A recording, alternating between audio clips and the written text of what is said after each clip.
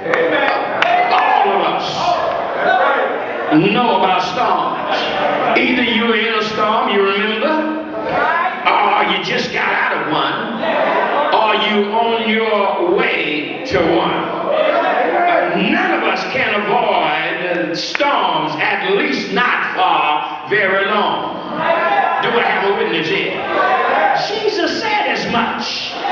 He says in John 16, he says, in me, I wish I had some Bible reading. In me you'll have peace. But in this world you're going to have some storms. Yes. When a storm happens, it creates confusion. Just say amen when you can. I can look at some of you right now, you're confused. It creates confusion. It creates fear and fret and worry that everything will be lost. It creates anxiety and grief and loneliness and depression. Well, Acts 27 chronicles for us a storm that the Apostle Paul found himself in, and it was a long storm. I wish I had some Bible readers. In Acts 27 and 20, we read for several days. For 14 days, somebody said 14 days. For 14 days, for several days, we could not see either the sun or the stars.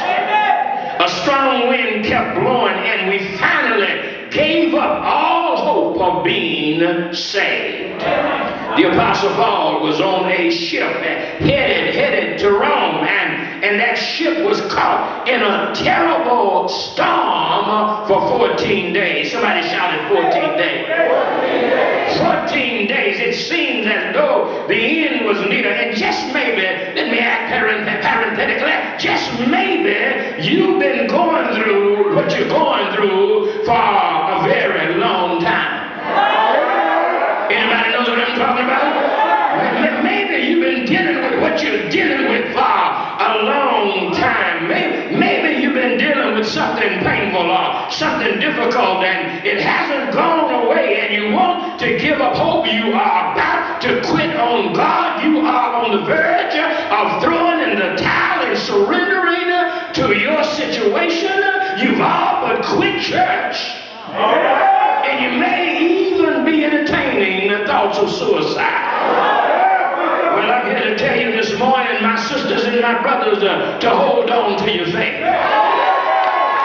Because help is on the way. Tell somebody help is on the way. Listen, help is on the way. Help is on the way. Don't you know when it appears that your life has turned upside down? You know what? When it does like that, you need to start looking for God.